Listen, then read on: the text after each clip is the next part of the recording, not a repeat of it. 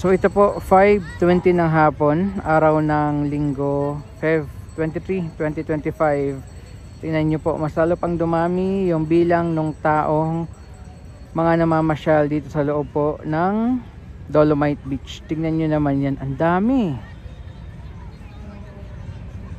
Pakita ko muna sa inyo yung sitwasyon dito sa may bandang entrance and sa may seawall, kasi ang dami ring mga nakaupo dito sa may bandang seawall. So tuloy-tuloy yung pasok ng mga kababayan natin na gustong pumasyal dito, maging ng mga foreigner po. Dito yung iba sa may gilid ng seawall, nakatambay po. Ayan o. So meron din mga foreigner yan syempre.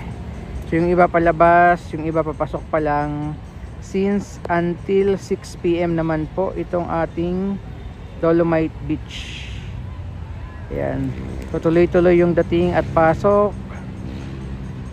At ito naman mas lalong kumakapal yung dami ng tao dito sa loob ng beach area. Ayan, ang dami talaga. So maganda talaga dito pumasyal pag Sunday. Ito yung may pinakamaraming namamasyal po, since family day po ang araw ng Linggo.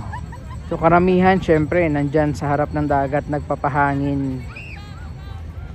And obviously wala naman silang naamoy na anything masangsang or mabaho mula doon sa singaw ng dagat. Kasi tingnan nyo naman lahat nasa harap nakatutok, nasisinghot yung amoy dagat dito sa Dolomite Beach po. Yan, pan ko muna yung ating camera. Ganda ng ating dagat, tingnan nyo naman, malinis, walang mga lumulutang na basura, at syempre sarap ng hangin, walang amoy. Ito naman yung sa may rock garden. Yung iba, hindi ko alam kung bakit gustong gusto ng iba na pumunta at pumasok dyan sa loob ng may rock garden. Tingnan nyo naman po. Ang lawak-lawak dito sa area walang katao-tao sa pwesto natin. Pero yung iba, they choose na dyan talaga pumasyal sa may bandang rock garden. So pag pumasok yan sa pinakaloob, talagang sinisitayan ng ating mga security personnel na naka-duty dito pag ganitong oras, kasi ito talaga yung volume ng tao hapon. Yan, balik tayo dito sa may kabila. Pasensya niya po, wala tayong sunset natakpan ng makapal na ulap, pero ang ganda pa rin ng dagat, ganda ng ating beach area.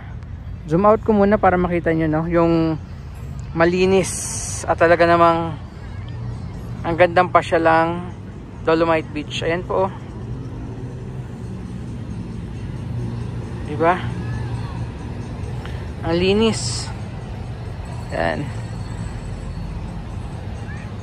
So ang daming mga namamasyal ngayong hapon dito.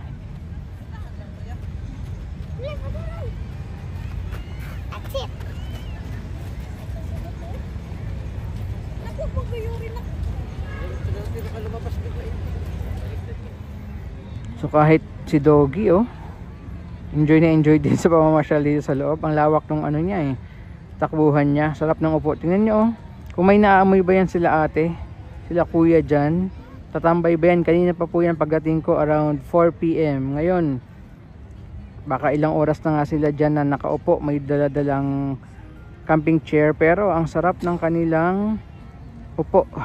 Yan, tingnan nyo naman. Siyempre, sarap ng hangin. Walang mabaho. Walang amoy burak.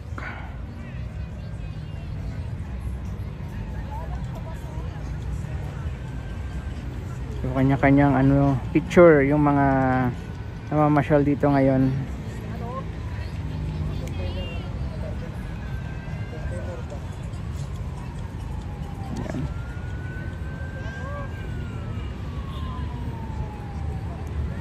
Tuloy-tuloy yung dating ng mga kababayan natin. Yung iba nag-aalisa na. Pero syempre yung iba dito sinusulit, no, hanggang alas 6 po ng hapon talaga.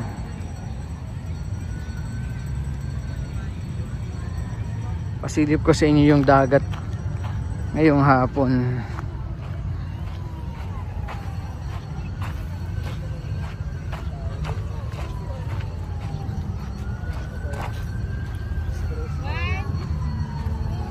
Ganda oh. Ganda ng dagat.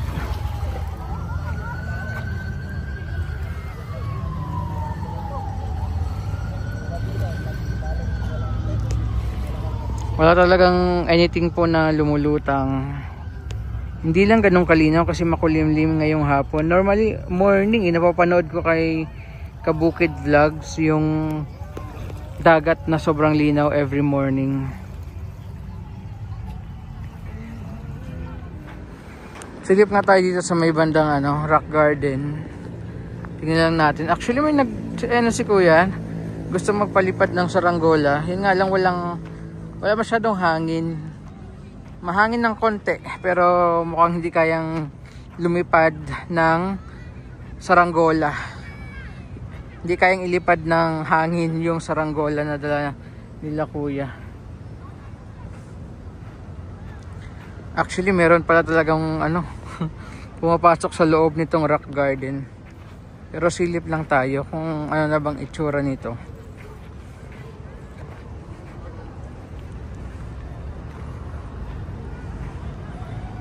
Yan. So ito na yung itsura ngayon ng rock garden dito sa Dolomite Beach po. Tingnan nyo, andun na sila kuya sa loob oh. Sarap nga ng upo nila doon oh. Pero supposedly bawal talaga pumasok dyan sa loob, no? Restricted area. Tapos yan, so ito yung kuha natin ng beach area mula dito po sa may rock garden. Andun yung saranggola nila kuya oh, tsaka nung bata. Hindi kasi kayang liparin ng hangin. Kung mahangin sana for sure, no, kaya yan. Kaso medyo mahina. Obviously naman, no, kitang-kita yung dagat kanina. Ayun. Toink. Ayaw talaga.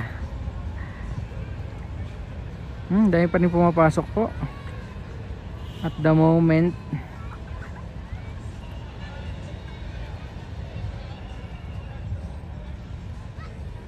Ang daming talagang tao every Sunday. Nakakatawa.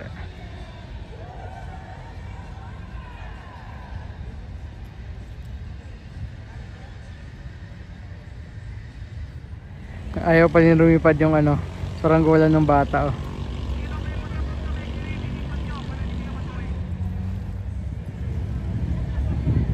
Ayan po, nagpakita na si Haring Araw. Mukhang mapagbibigyan tayo ng magandang sunset ngayong hapon. Pero abangan natin po ah. Medyo nagliwanag na dito sa paligid ng Dolomite Beach. Ay, ang dami talagang tao.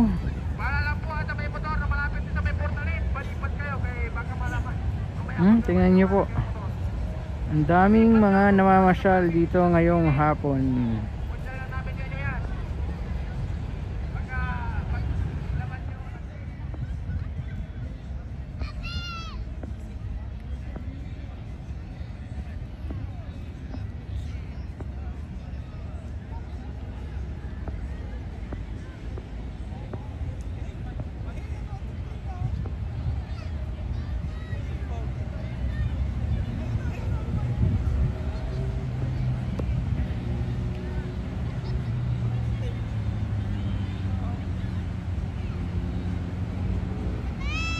Ibon ba to? Manok.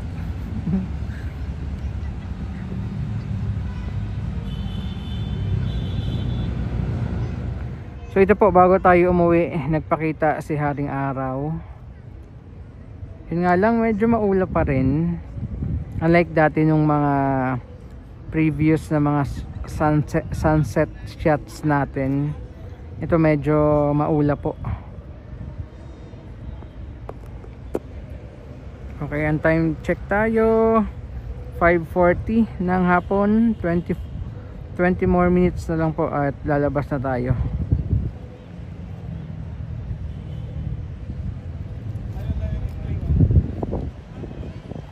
Nandun sila sa loob ng rock garden.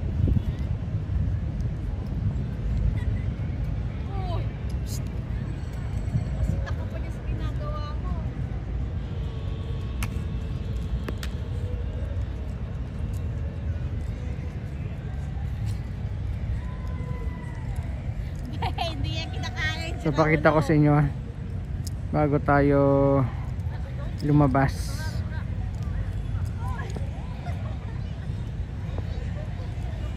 Kung kanina sana ang ganda ng lighting ng ating mga shots, no? Ngayon lang kasi nagpakita si Haring Araw. Dami pa rin, no? Kahit ilang minuto na lang po bago mag-uwian, may mga pumapasok pa rin and ang dami pa rin tao sa loob. Ang ganda naman kasi tingnan nyo po, no? Ang linis. Ayan.